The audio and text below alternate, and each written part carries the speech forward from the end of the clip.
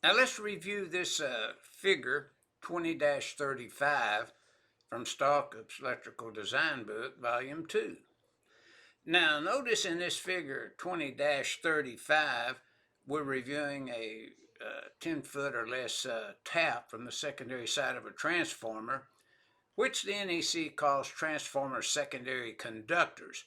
Now notice when we make a 10-foot tap, as you see in the illustration, we can make any size that we want, and we terminate it, in a main in most cases.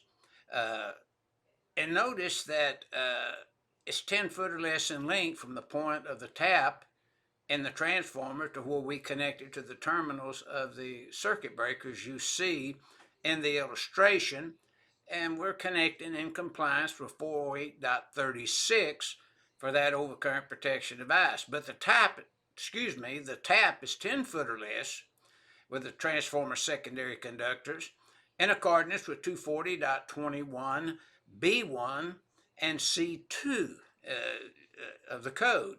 And then notice when you look at the boxed in information to the left in the illustration, we're sizing THWN copper conductors. And notice we're applying 240.21 C2 item 1 there. And the connected load is 148, and it's already been calculated. The load's already been calculated, and continuous, non-continuous, demand factors, or whatever, how the loads were arranged.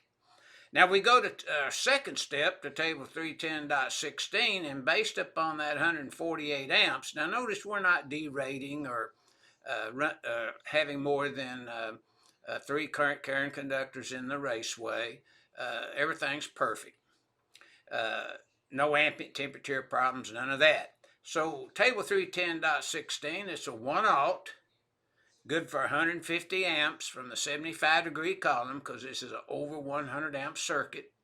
So we know 110.14 C1 little b says if you're over 100 amps in rating, then you are 75-degree C terminal. So we would select a 1 aught conductor, THWN, 150 amps from the 75-degree column.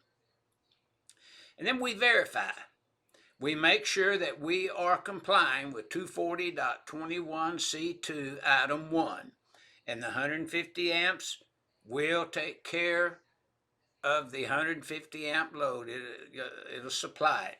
So the 148 amp load, is supplied by the 150 amp overcurrent device. So the solution is the 10-foot secondary transformer conductors are tapped with 1 aught and terminated in a 150 amp main. And so we're completely protecting the conductors and the panel board there in accordance with 408.36. Now, sizing the overcurrent device in the 1 aught conductor is good for 150 amp.